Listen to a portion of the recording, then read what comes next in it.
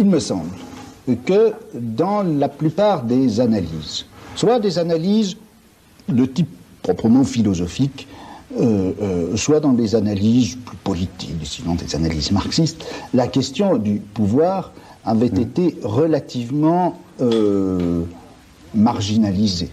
Simplifiée. Ou en tout cas, c'est ça. Ou en tout cas, simplifiée. Ou bien il s'agissait de savoir quels étaient les fondements juridiques pouvant légitimer un pouvoir politique, ou bien il s'agissait de définir le pouvoir dans une fonction de simple conservation ou reconduction de rapports de production. Oui. Alors, ou il s'agissait de la question philosophique du fondement ou de l'analyse historique de la superstructure. Ceci me paraissait insuffisant, m'a paru insuffisant pour un certain nombre de raisons. D'abord parce que je crois, et un certain nombre de choses dans les domaines un peu concrets, j'ai essayé d'analyser, le montrent, les rapports de pouvoir sont beaucoup plus profondément implantés qu'au simple niveau des superstructures. Bon. Deuxièmement, la question théorique du fondement du pouvoir est importante, mais je m'excuse, le pouvoir ne fonctionne pas à partir de son fondement. Bien sûr. Il y a des pouvoirs non fondés qui fonctionnent très bien et des pouvoirs qui ont cherché à se fonder, qui se sont effectivement fondés et qui finalement n'ont pas fonctionné. Bon, si vous voulez, mon problème a été de me dire, mais est-ce qu'on ne peut pas étudier la manière dont effectivement fonctionne le pouvoir? Alors quand je dis le pouvoir, il ne s'agit absolument pas de repérer une instance ou une espèce de puissance qui serait là, occulte ou visible, peu importe, et qui diffuserait son rayonnement nocif à travers le corps social ou qui étendrait d'une façon fatale son réseau. Il ne s'agit pas de, pour le pouvoir ou pour quelque chose qui serait le pouvoir, de jeter un grand filet de plus en plus serré qui étranglerait et la société et les individus. C'est absolument pas de ça qu'il s'agit. Le pouvoir, c'est des relations. Le pouvoir, ce n'est pas une chose. Une relation entre deux individus, et une relation qui est telle que l'un peut conduire la conduite d'un autre, ou déterminer la conduite d'un autre, la déterminer volontairement en fonction d'un certain nombre d'objectifs qui sont les siens. Autrement dit, quand on regarde ce qu'est le pouvoir, c'est l'exercice de quelque chose qu'on peut appeler le gouvernement, au sens très large. On peut gouverner une société, on peut gouverner un groupe, on peut gouverner une communauté, on peut gouverner une famille, on peut gouverner quelqu'un. Et quand je dis gouverner quelqu'un, c'est simplement au sens où l'on peut déterminer sa conduite en fonction de stratégies, en utilisant un certain nombre de tactiques.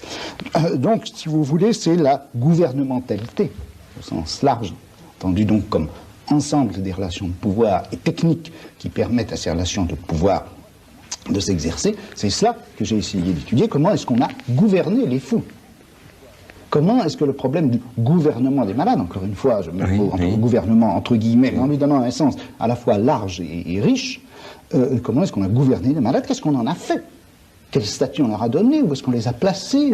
Dans quel système de traitement, de surveillance aussi, de bienveillance, de philanthropie, de quel champ économique les soins apportés aux malades? C'est tout cela que je crois qu'il faut essayer de voir. Alors, c'est certain que cette gouvernementalité n'a pas cessé, d'un certain point de vue, de devenir plus stricte au cours des âges. Le pouvoir dans un système politique comme ceux qu'on a connus au Moyen-Âge, ces pouvoirs, entendus au sens donc de gouvernement des uns par les autres, étaient finalement assez lâches. Le problème, c'était de prélever, de faire le prélèvement fiscal qui était nécessaire, qui était utile ou qu'on voulait. Bon, ce que les gens faisaient dans leur conduite quotidienne n'était pas très important pour l'exercice du pouvoir politique. Il était important sans doute dans le pastorat ecclésiastique. Pour le pouvoir ecclésiastique, pour le pouvoir politique, il est venu un moment où ça a été très important.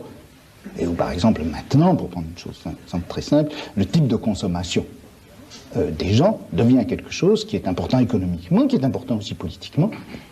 Et c'est vrai que le nombre d'objets qui deviennent objets d'une gouvernementalité réfléchie à l'intérieur de cadres politiques, même libéraux, ce nombre d'objets a considérablement augmenté. Mais je ne pense pas non plus qu'il faille considérer que cette gouvernementalité prenne forcément la forme de l'enfermement, de la surveillance et du contrôle.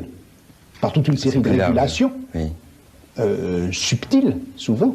On arrive en effet à conduire la conduite des gens, ou à se conduire de telle manière que la conduite des autres ne puisse pas avoir des effets nocifs qu'on redoute, etc. C'est ce champ de la gouvernementalité que j'ai voulu étudier. Et je vous dirais ceci, c'est que, bon, on a l'habitude de dire que l'expression de l'individualité, par exemple, ou l'exaltation de l'individualité est une des formes de la libération de l'homme. Moi, je me demande si ce n'est pas le contraire. J'ai essayé de montrer comment l'humanisme était une espèce de forme, était cette espèce de fabrication de l'être humain selon un certain modèle, et que l'humanisme ne fonctionne absolument pas comme libération de l'homme, mais au contraire, comme enfermement de l'homme à l'intérieur d'un certain type de formes qui sont toutes commandées par la souveraineté du sujet.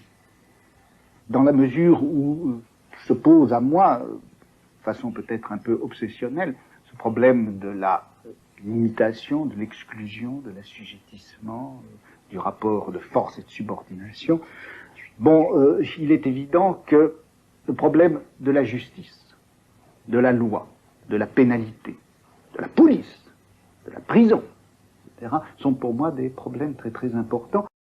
Je me suis demandé si finalement nous ne nous faisions pas, nous autres occidentaux, de bien grandes illusions sur nous-mêmes.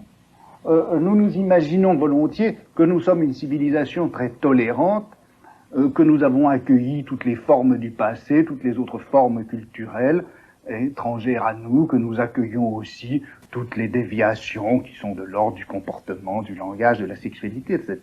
Moi, je me demande si ça, c'est pas une illusion. Autrement dit, pour pouvoir connaître la folie, il a fallu l'exclure.